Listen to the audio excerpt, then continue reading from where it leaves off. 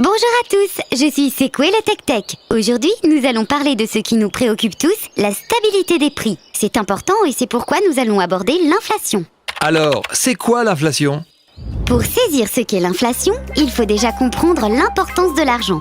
Avant, on échangeait des objets ou des services contre d'autres biens ou services. Mais encore fallait-il être d'accord avec l'échange. Pour faciliter tout ça, on a inventé l'argent qui a permis un échange plus équitable. C'est ainsi que nous avons créé un marché économique.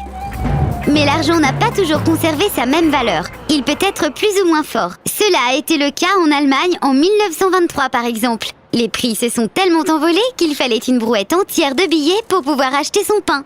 Cette dévalorisation de l'argent et cette baisse du pouvoir d'achat, c'est cela qu'on appelle l'inflation.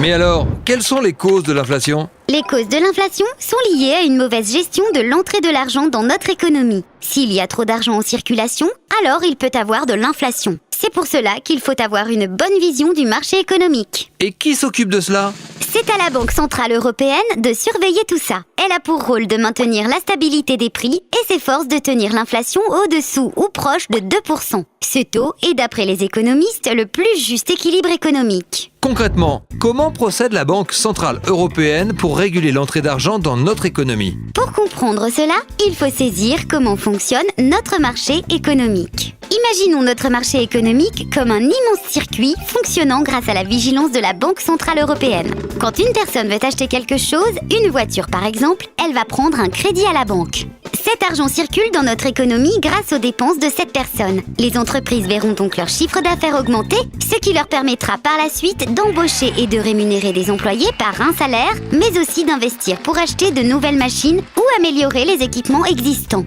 Et grâce à lui, le crédit pourra être remboursé à la banque. Maintenant, imaginons que la banque accorde à cette personne 2 fois plus de crédit. Elle voudra acheter 2 fois plus de choses et il y aura donc 2 fois plus d'argent qui circulera dans le marché économique. Mais les entreprises s'adaptent à la demande. Il est donc logique que si les gens ont beaucoup d'argent, alors ils auront les moyens d'acheter plus cher. Ainsi, les prix augmentent dans le temps et au fur et à mesure, il faudra beaucoup d'argent pour acheter quelque chose. Comme le cas de l'Allemagne en 1923, l'argent perd de sa valeur. Dans cette situation, les ménages les moins aisés seront les plus touchés et ils auront du mal à acheter de nouveau avec la forte progression des prix. Comme ils n'achètent plus, le chiffre d'affaires des entreprises va être fragilisé, elles auront donc moins d'argent et ne pourront plus embaucher ni fournir de salaire. Et sans cela, il sera difficile pour les ménages de rembourser leurs crédits. C'est de cette manière que le système économique s'effondre sous l'inflation. Pour contrôler cela, la Banque Centrale Européenne va agir sur les crédits que les banques font aux ménages. Elle va prêter de l'argent aux banques en y ajoutant un taux d'intérêt qui sera directement répercuté sur les crédits des ménages. Ce taux d'intérêt peut être fort comme très faible, ce qui peut dissuader les personnes d'emprunter aux banques lorsqu'il est trop fort. C'est de cette manière que la Banque Centrale Européenne régule l'entrée d'argent dans notre marché économique. J'espère que vous avez bien compris ce qu'est l'inflation. À bientôt pour un nouvel épisode.